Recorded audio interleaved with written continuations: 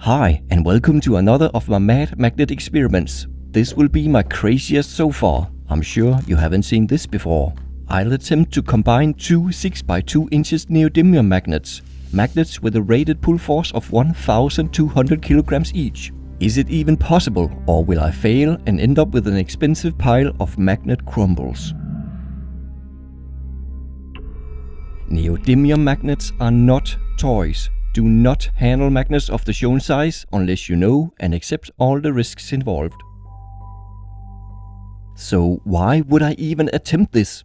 It mostly started as a standing joke in the comments on my videos where I combine already large neomagnets.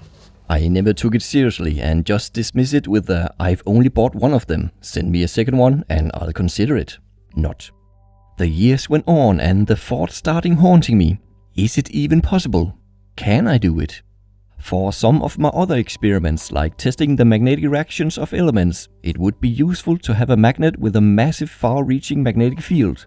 The dream of a 6x4 inches neomagnet was born.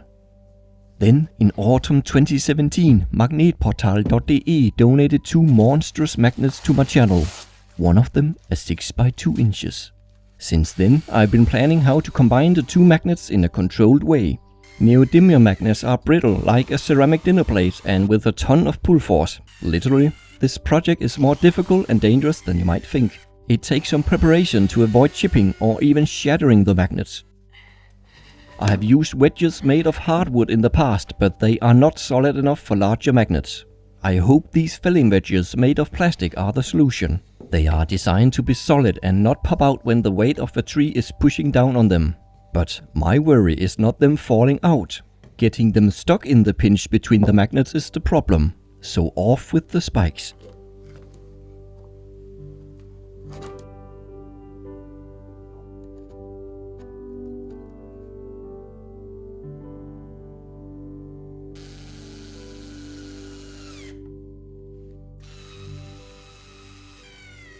So far, it's been a one-man project to combine my magnets.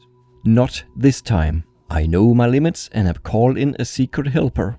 He has absolutely no experiences in handling powerful magnets, but will more than double our forces in men versus magnets. After some practice, it is time for the real deal. The first magnet is placed with its south pole facing upwards.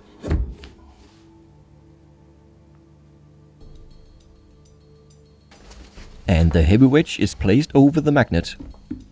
I double checked the polarity and noticed a low Gauss reading above the wedge. 25 centimeters or 10 inches from the magnet. It is only 1% of the Gauss reading flat at the surface of the magnet. Nicely low for safety, but I still secure the wedge with some old belts to make sure the bottom magnet isn't suddenly set free. The other magnet is placed in a carrier to make sure we never have our fingers between the magnets. Again with the south pole upwards.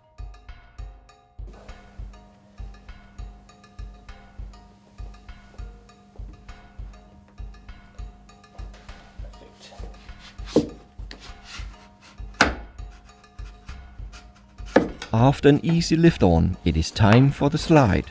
One man pulling the wedge and one man pulling the magnet in opposite direction and trying to keep everything centered over the bottom magnet. First sound is the bottom magnet lifting up from the ground.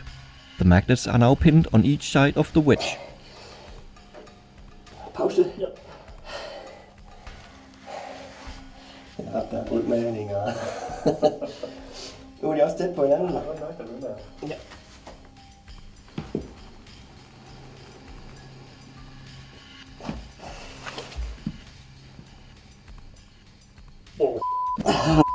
After reaching the plastic part, the forces are now too high for this to work.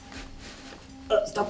Even with the secret helper pulling so hard that everything, including me, slides across the carpet, the magnets are not coming any closer.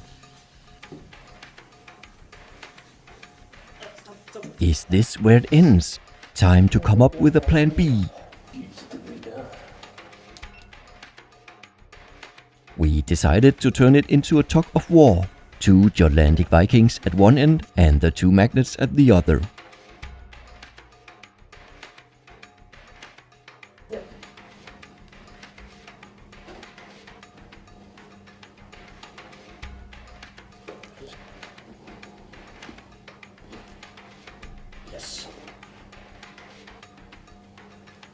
By a flaw in my design, it is possible for the wedge to go off center, so of course it happens.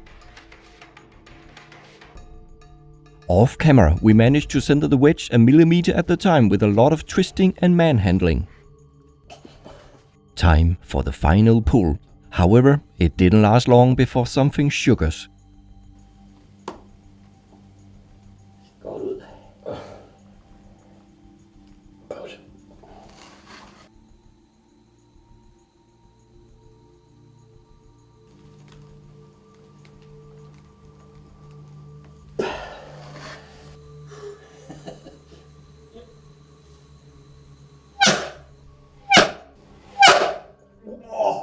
The noise was loud and unexpected.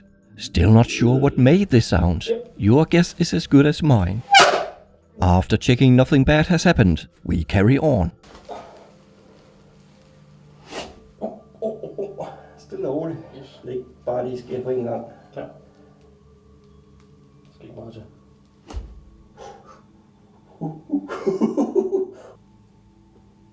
Så. Se, kom til dig. Stille og roligt.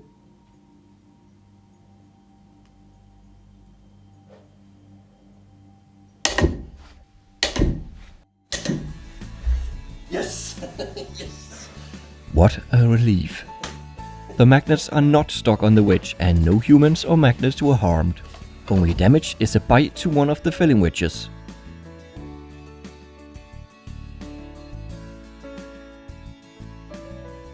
A tiny bit is stuck between the magnets, but it is so flattened that it isn't a problem. Sidder lidt gul af det. Nej.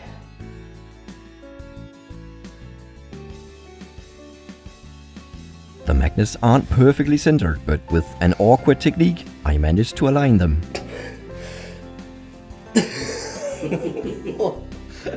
Once all of the edges are aligned, the magnets will not move anymore. They feel like welded. So here it is, a 6 by 4 inches neodymium magnet, more compact and safer to store than the two separate magnets and with a solid magnetic field.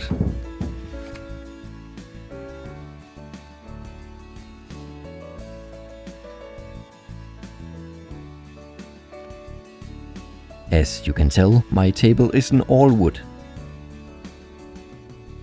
I'm happy that this experiment ended so well. I enjoy learning about science by performing experiments for my videos, and learning by doing is the most satisfying approach. If you are like me, but don't have the stuff needed or don't want to take the risks often involved, I have a nice tip for you.